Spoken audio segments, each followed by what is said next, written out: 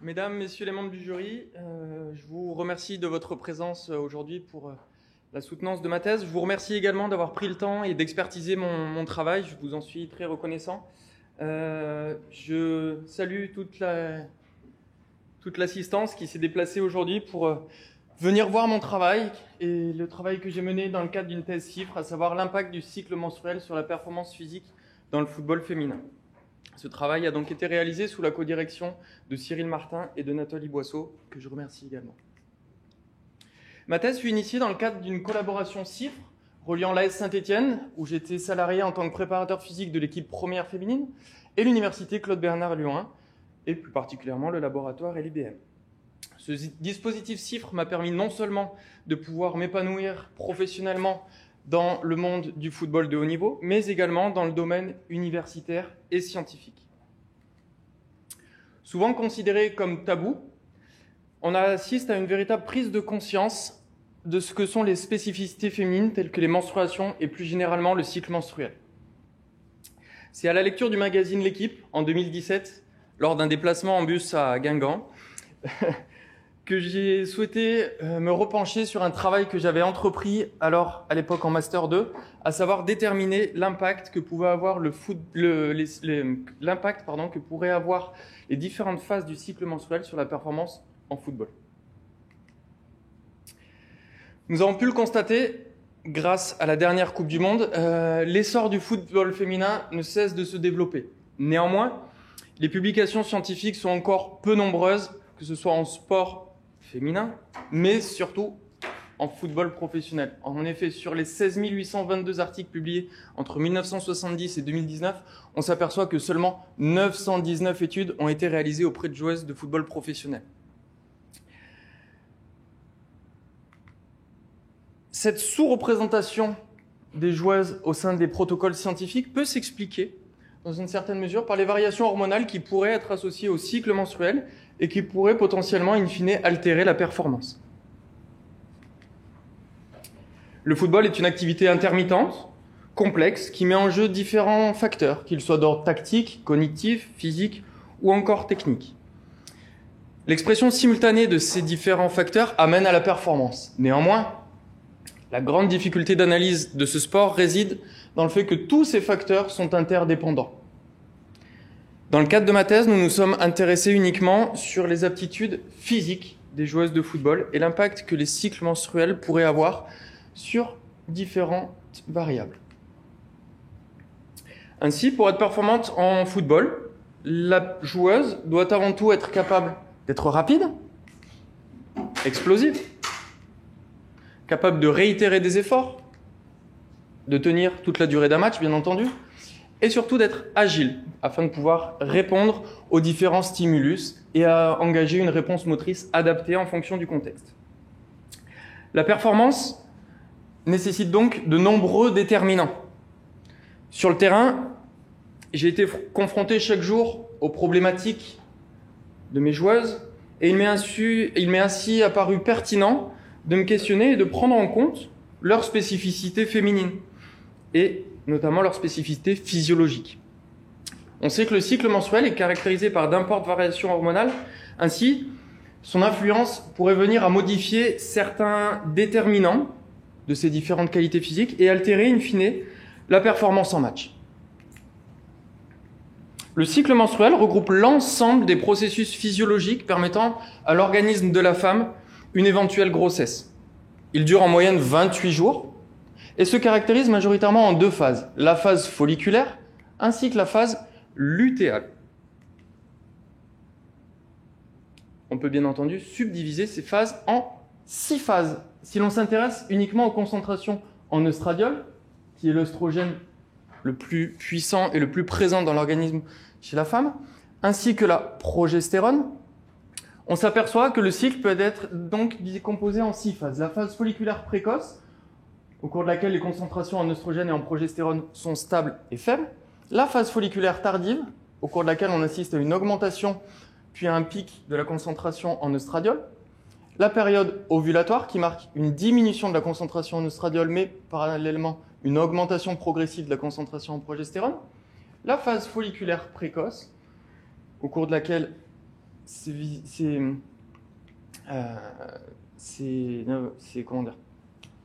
concentrations continuent d'évoluer dans la même direction.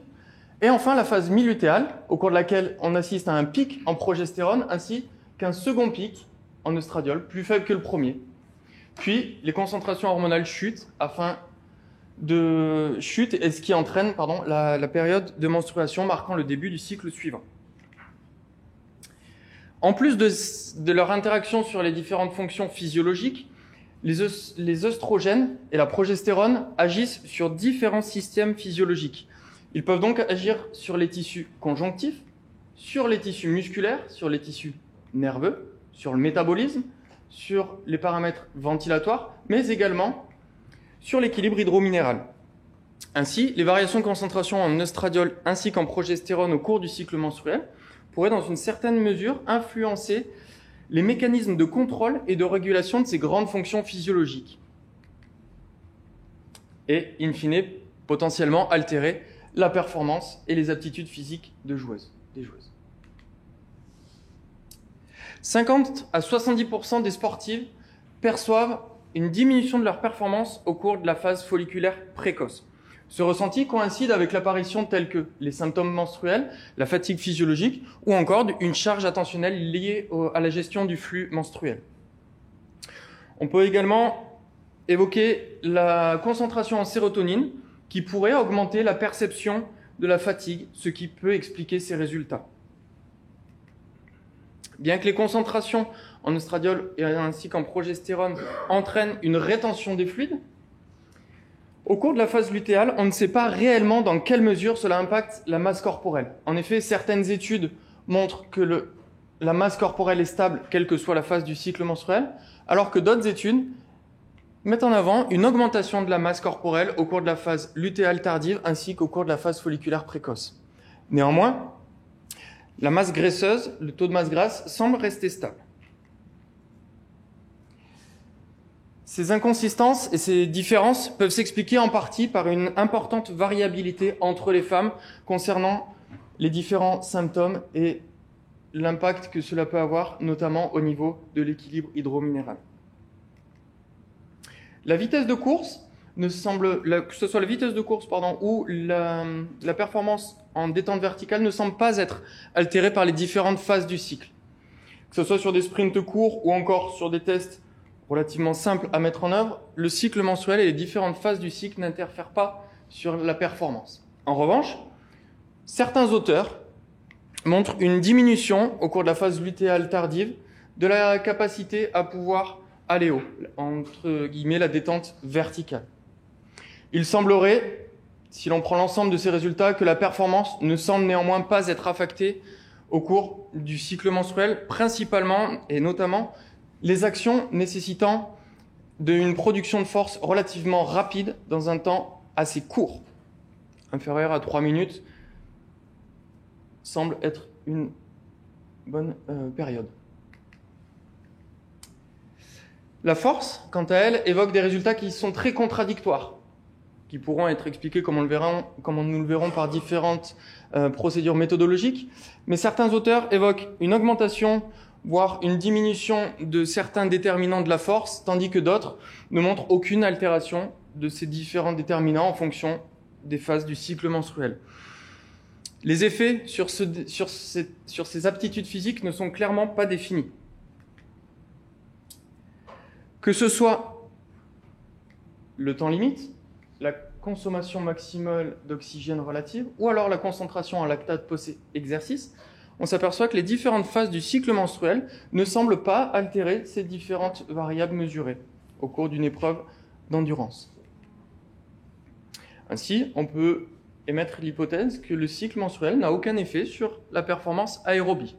Néanmoins, en s'intéressant à 185 coureuses du marathon, on s'aperçoit que plus de la moitié d'entre elles évoquent une sensation de performance améliorée au cours de la phase lutéale. Tout simplement, leurs performances et leurs records ont été établis au cours de cette phase-là, démontrant qu'il peut-être y avoir une différence entre le ressenti et les données que je viens de vous présenter. Cette différence pourrait potentiellement s'expliquer que sur un marathon, on est sur une épreuve au cours de laquelle l'intensité de la course est relativement constante, alors que sur les tests que je vous ai présentés, on est sur des tests qui sont incrémentaux où l'intensité va augmenter considérablement, ce qui peut expliquer la différence de résultats sur ces performances aérobies. Enfin, concernant l'influence du cycle menstruel sur les facteurs et sur les indicateurs de performance en football féminin, très peu d'études ont été réalisées à ce jour.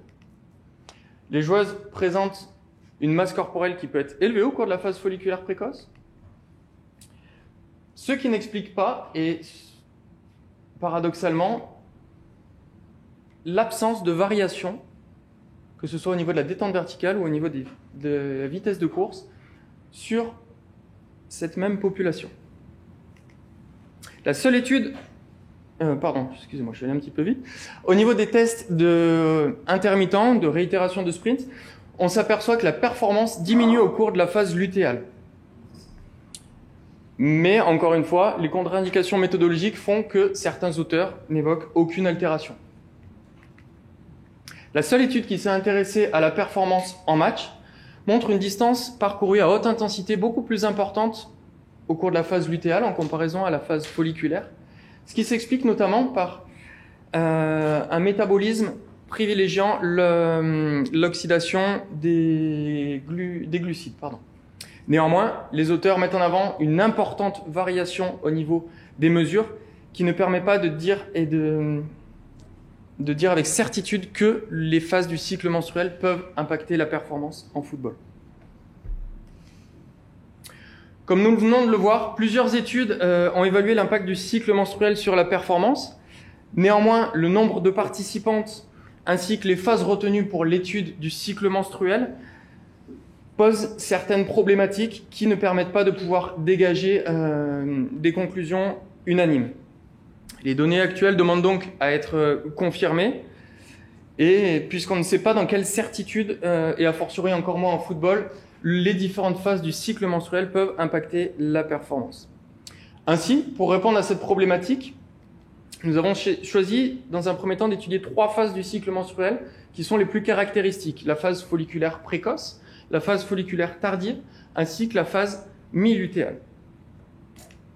Au cours de notre première étude, nous nous sommes intéressés à déterminer l'influence des différentes phases du cycle menstruel sur la distance parcourue et le type de course effectuée en match. À ce jour, une seule étude s'est intéressée à analyser l'impact du cycle menstruel en football. Néanmoins, les auteurs n'ont analysé que 2 phases, la phase folliculaire ainsi que la phase lutéale. Or, on sait qu'au cours de la phase folliculaire, d'importantes variations de concentration en oestradiol pourraient influencer certaines variables. Enfin, au cours de notre seconde étude, nous nous sommes intéressés à déterminer l'influence des différentes phases du cycle menstruel sur les aptitudes physiques mesurées cette fois-ci dans un contexte hors compétitif. Les travaux actuels ne permettaient pas de pouvoir déterminer l'impact des différentes phases du cycle menstruel sur des performances en sprint et en agilité. Au cours de ma thèse, la crise sanitaire et les périodes de confinement ont directement impacté la mise en place de notre protocole expérimental. Au cours de la saison 2018-2019, le fait de devoir soumettre nos protocoles à un comité de protection des personnes ainsi que les différentes mises en place des contrats de collaboration ont pris du temps. En revanche, au cours de la saison 2019, 2020 et 2020-2021, la crise Covid a frappé bien entendu le monde entier, mais notre protocole a été clairement impacté puisque, comme on peut s'en apercevoir, les saisons ont été interrompues, le nombre de matchs effectués par saison a été considérablement impacté, tout comme les entraînements qui n'ont pas pu avoir lieu. Ainsi, les données que nous avons pu mesurer présentent certaines limites, comme nous le verrons, mais ces différentes périodes de confinement ont clairement limité les données que l'on a pu mesurer. L'ensemble des données ont été recueillies auprès des joueuses de l'équipe féminine de l'AS Saint-Étienne, joueuses semi-professionnelles qui s'entraînaient à raison de 5 à 7 entraînements par semaine. Sur les 42 joueuses volontaires pour participer à cette étude, 21 présentent un cycle physiologique et régulier, et c'est sur ces 21 joueuses que l'on a mis en place les différentes études. En effet, les joueuses présentant une contraception hormonale ont été exclues de notre analyse, tout comme les joueuses présentant un cycle non physiologique, que ce soit par une durée de cycle trop courte ou alors trop longue, ou un cycle irrégulier. Je reviendrai plus en détail au cours de la présentation de chacune étude sur le nombre de joueuses inclus. En s'appuyant sur les précédents travaux et donc sur la concentration des variations, sur les variations de concentration hormonale, l'évaluation des participantes a eu lieu au cours de la phase folliculaire précoce, entre le 1er et le 4e jour, au cours de la phase folliculaire tardive, entre le 10e et le 13e jour, ainsi qu'au cours de la période mi-lutéale, le 20 et 23e jour. Bien entendu, ces données présentées correspondent à un cycle classique de 28 jours et les différentes phases et jours associés ont été adaptés en fonction de la durée du cycle de chaque participante. Comme on peut s'apercevoir ici, les concentrations hormonales présentent une combinaison relativement différente qui pourrait nous permettre de mettre en évidence une éventuelle influence des différentes variations hormonales sur les facteurs de performance. L'objectif de cette première étude était donc de déterminer l'impact du cycle menstruel sur la distance parcourue en match. Notre étude a été publiée en... excusez-moi, je suis allé beaucoup trop vite. Notre objectif a été de déterminer l'influence des différentes phases du cycle menstruel sur la distance parcourue et le type d'action réalisée en match. Pour rappel, la seule étude ne s'était intéressée qu'à 2 phases du cycle menstruel. Alors, on sait qu'au cours de la phase folliculaire précoce, la performance perçue est altérée, tout comme l'augmentation des douleurs et des troubles liés à la période de menstruation. Ainsi, on pourrait s'attendre à ce que la performance puisse être altérée au cours de la phase folliculaire précoce. De plus, l'augmentation et le stockage du glycogène qui permettant de diminuer l'apparition de la fatigue pourrait permettre une amélioration de la performance au cours de la phase mi-lutéale. Cette étude a été publiée en 2022 dans l'International Journal of Environmental Research and Public Health, dont nous avons eu l'opportunité de faire la couverture. Pour répondre à notre problématique, nous avons enregistré durant les 45 matchs de championnat les performances de 21 joueuses. 8 joueuses ont finalement pu être incluses dans notre analyse, puisque pour certaines, le nombre de matchs joués par phase était insuffisant, et encore, de par leur spécificité de poste, les gardiennes de but ont été exclues. Les joueuses portaient un accéléromètre au niveau d'un strap au niveau de la cheville, permettant de renseigner les déplacements au cours d'un match, à savoir la distance totale parcourue, la distance parcourue en fonction des différents seuils d'intensité, le nombre de sprints. Bien entendu, toutes ces données ont été exprimées par période, mais également sur l'ensemble du match. Pour rappel, chaque joueuse a participé à minima à 3 matchs au cours de chacune des différentes phases auxquelles nous nous sommes intéressés.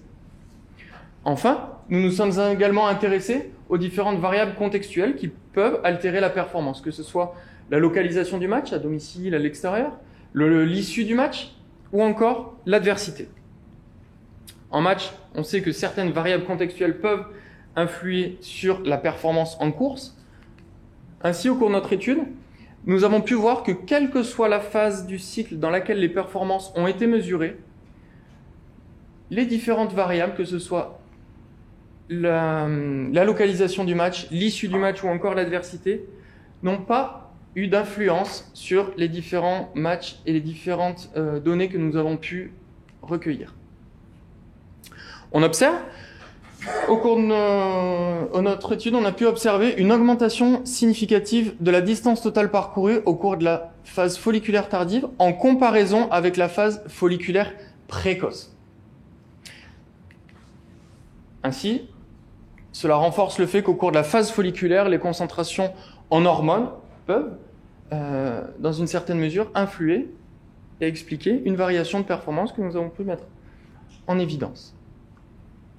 En fonction des différents seuils de vitesse, nous avons également observé que la distance parcourue à une vitesse modérée était significativement plus faible au cours de la phase folliculaire précoce en comparaison aux autres phases que sont la phase folliculaire tardive et la phase mi-lutéale, que ce soit pour une vitesse de course modérée, mais également pour une vitesse de course élevée, soit entre 7 et 21 km/h. En revanche, les distances parcourues à faible vitesse de course, ainsi que les distances parcourues en course au-delà de 21 km/h en sprint, ne sont, elles, pas impactées par les différentes phases du cycle menstruel. Ainsi, nos résultats ont donc mis en avant une diminution de la distance totale parcourue en course à vitesse modérée et élevée au cours de la phase folliculaire précoce. De plus, nous observons une augmentation significative du nombre de sprints effectués au cours de la période folliculaire tardive en comparaison avec la période folliculaire précoce et la période mi-lutéale. Fait intéressant, comme nous venons de le voir, la distance, quant à elle, parcourue pour cette même intensité de sprint, n'est pas impactée par les différentes phases du cycle menstruel. En conséquence, le nombre de sprints plus important a été effectué sur des sprints d'une plus courte distance. La concentration élevée en œstradiol au cours de cette phase pourrait en partie expliquer les modifications de course, que ce soit au niveau qualitatif, mais également quantitatif. Quantitatif, j'entends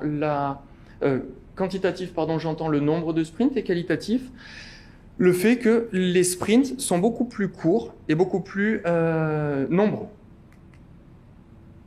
Si on s'intéresse à l'activité des joueuses entre les deux mi-temps, on s'aperçoit que la distance totale parcourue est significativement plus faible au cours de la seconde mi-temps en comparaison avec celle obtenue au cours de la première mi-temps.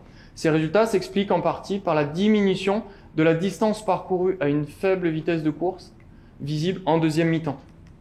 Cet effet mi-temps est connu en football, puisqu'on sait qu'au cours de la deuxième mi-temps, la distance est plus courte que celle effectuée au cours de la première mi-temps, qui s'explique par une augmentation de la fatigue.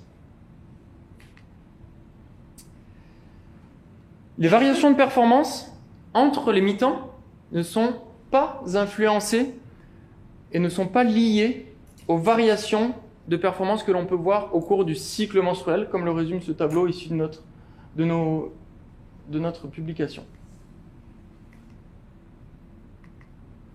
Au cours de cette étude, nous avons donc mis en évidence une diminution de la distance parcourue au cours de la phase folliculaire précoce en comparaison avec la phase folliculaire tardive, une diminution de la distance de course au cours de la période folliculaire précoce en comparaison aux autres phases, une augmentation du nombre de sprints effectués au cours de la phase folliculaire tardive,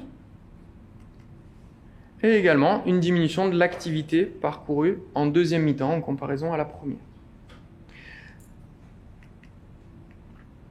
L'objectif de notre seconde étude était donc de déterminer l'impact du cycle menstruel dans un contexte cette fois-ci hors compétitif, sur les différents facteurs déterminants de la performance, puisqu'on ne sait pas pour l'heure dans quelle mesure le cycle menstruel peut influencer notamment la capacité de sprint ou encore d'agilité chez des joueuses de football.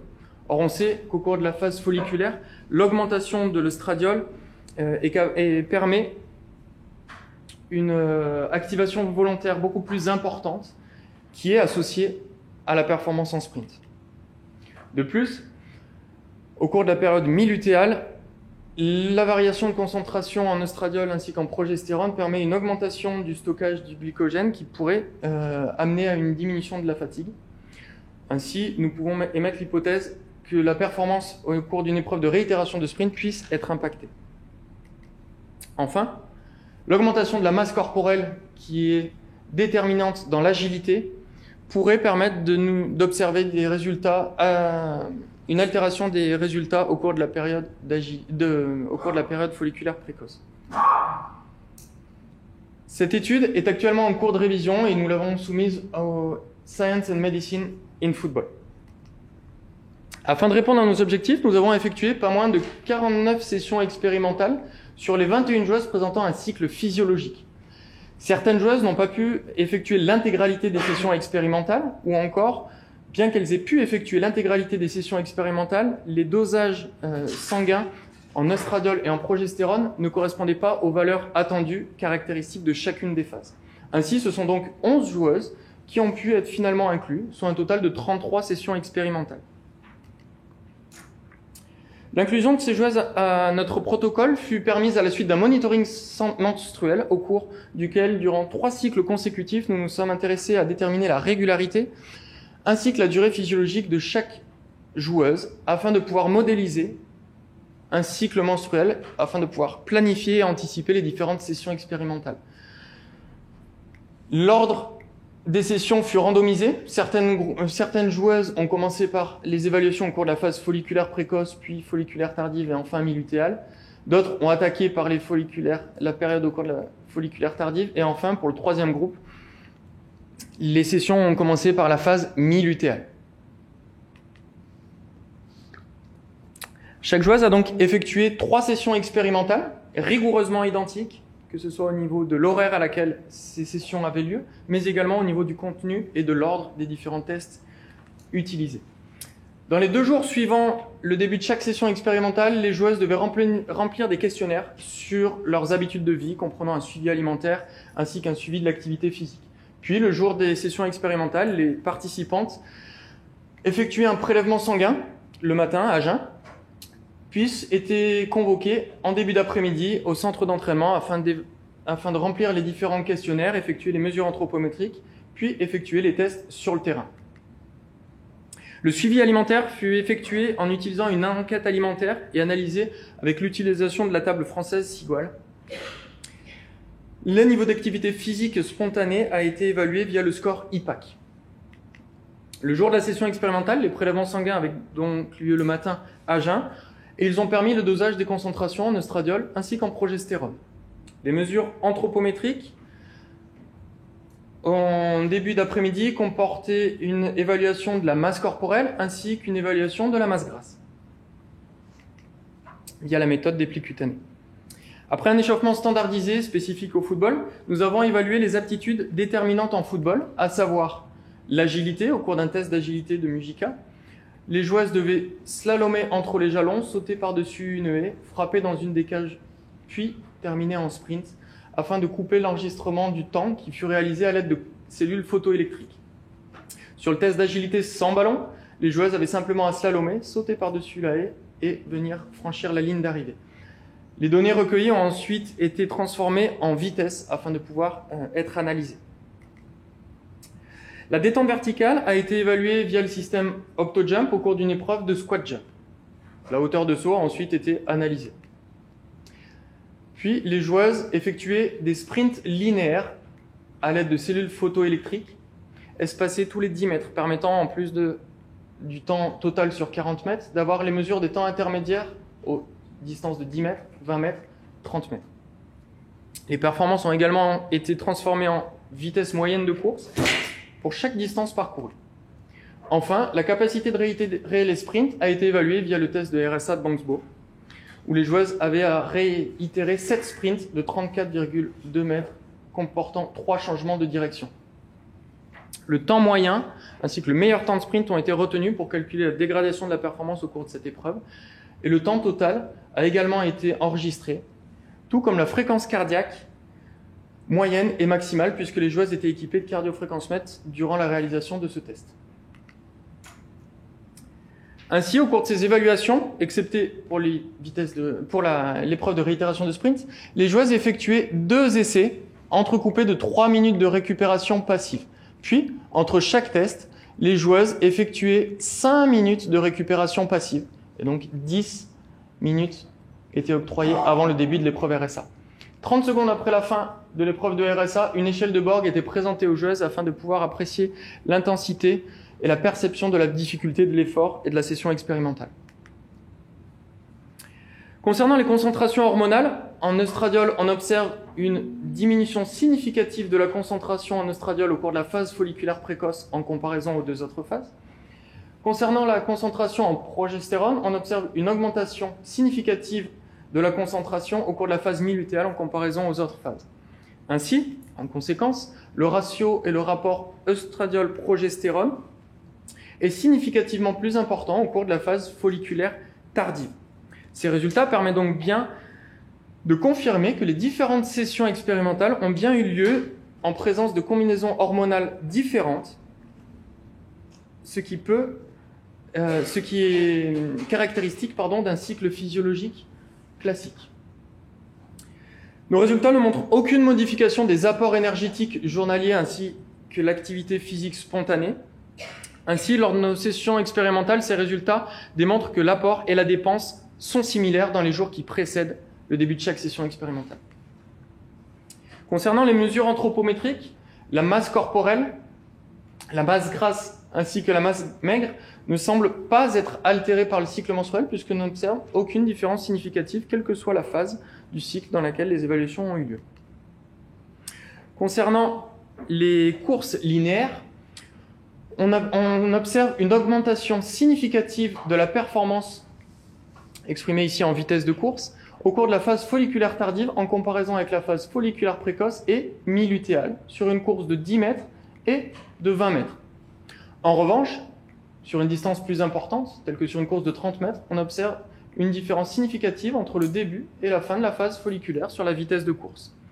Néanmoins, sur une distance de course relativement importante, 40 mètres, nous n'observons aucune différence significative. Ainsi, nos résultats démontrent une amélioration de la capacité en sprint, exprimée en vitesse de course, au cours de sprints courts de 10 et 20 mètres. Nous n'observons aucune modification de l'agilité exprimée en vitesse, que ce soit avec ballon ou sans ballon. Contrairement aux résultats obtenus sur un sprint court, il semblerait donc que l'agilité mette en jeu d'autres déterminants physiques que le cycle menstruel ne semble pas venir altérer, comme notamment les déterminants perceptivo-cognitifs. La détente verticale mesurée au cours de l'épreuve d'Optojump n'est également pas modifiée en fonction des différentes phases du cycle menstruel. Enfin, concernant les mesures effectuées au cours de l'épreuve de réitération de sprint, les différents indicateurs de performance de la réitération de sprint ne sont pas altérés au cours de cette épreuve, tout comme la fréquence moyenne, la fréquence cardiaque moyenne et la fréquence cardiaque maximale. De plus, la perception de la difficulté de l'effort et de l'intégralité de la session expérimentale ne semble également pas être altérée par les différentes phases du cycle menstruel. Ainsi, au cours de cette seconde étude, nous avons donc mis en évidence une augmentation de la performance sur sprint court au cours de la phase folliculaire tardive. Nous avons également mis en évidence une diminution de la performance sur un sprint de 30 mètres entre le début et la fin de la phase folliculaire. On sait qu'en football, la majorité des sprints sont réalisés sur des distances relativement courtes, inférieures à une dizaine de mètres. Ainsi, les résultats que l'on a obtenus pourraient suggérer une éventuelle altération de la capacité en sprint des joueuses qui pourrait potentiellement améliorer la performance au cours de cette phase folliculaire tardive. Néanmoins, la vitesse de course semble être la seule variable impactée par les différentes phases du cycle menstruel, puisque que ce soit la détente verticale ou encore la capacité de réitérer les sprints ne sont, eux, pas affectés.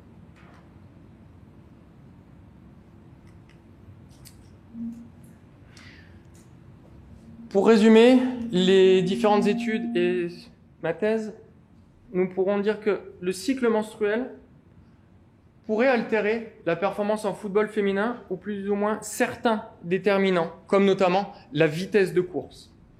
Néanmoins, le nombre de participantes au sein de nos différentes études ne permet pas de pouvoir dégager une conclusion, relativement unanime. De plus, les dosages hormonaux que nous n'avons pas pu effectuer le jour des matchs ne nous permettent également pas de pouvoir discuter avec certitude de l'impact du cycle menstruel sur la performance en match. Il semblerait que l'œstradiol puisse avoir une influence sur les capacités musculaires. En effet, nous avons pu voir qu'une faible concentration en œstradiol entraînait une diminution de la distance totale parcourue en match, mais une diminution de la performance au cours de la phase folliculaire entre le début et la fin de la phase folliculaire. A l'inverse, une concentration élevée en œstradiol permettait d'observer une augmentation significative de la vitesse de course sur une épreuve de 10 et 20 mètres.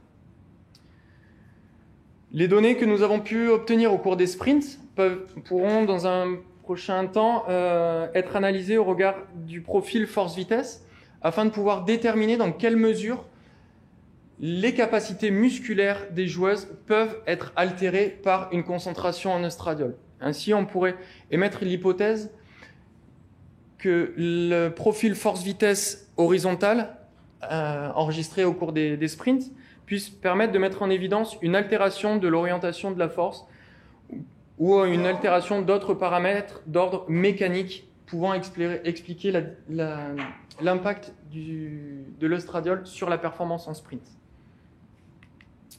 Enfin, l'impact du cycle menstruel n'est pas clairement établi.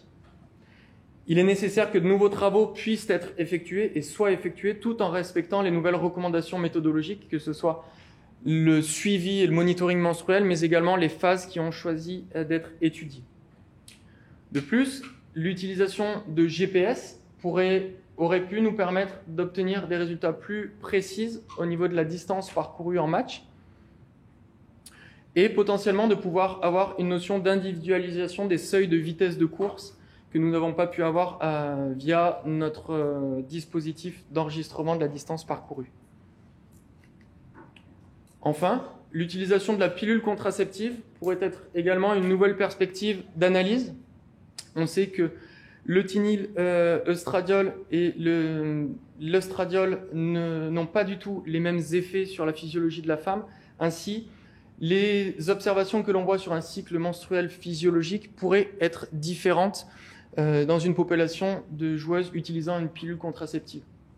De plus, on sait que l'utilisation et le pourcentage d'utilisation de la pilule contraceptive en sport et en football est de l'ordre de 30%, ce qui représente une partie non négligeable des joueuses qu'il serait bon de pouvoir analyser afin de connaître l'impact de la pilule contraceptive sur les différents facteurs de performance en football. Je vous remercie pour votre attention et je remercie mes directeurs de thèse pour tout l'accompagnement au cours de ces années. Je remercie également les membres du jury, présidé aujourd'hui par Vincent Pialou. Je remercie l'association sportive de Saint-Étienne qui m'a permis de pouvoir mettre en place tout ce travail. J'en profite également pour faire un petit coucou aux personnes du staff avec qui j'ai pris beaucoup de plaisir à travailler. Je remercie également le CHU de Saint-Étienne qui nous a aidés dans la mise en place de ce protocole sur les dosages hormonaux, tout comme l'établissement français du sang. Je remercie également le labo et l'équipe SPIP dont j'ai eu la chance de pouvoir faire partie, ainsi que tous les stagiaires qui m'ont accompagné et qui m'ont aidé sur l'intégralité de mes mesures, que ce soit Nathan, Mélanie, Wissem, Mallory, Garance, Pierrick ou encore Aloïs. Merci à vous.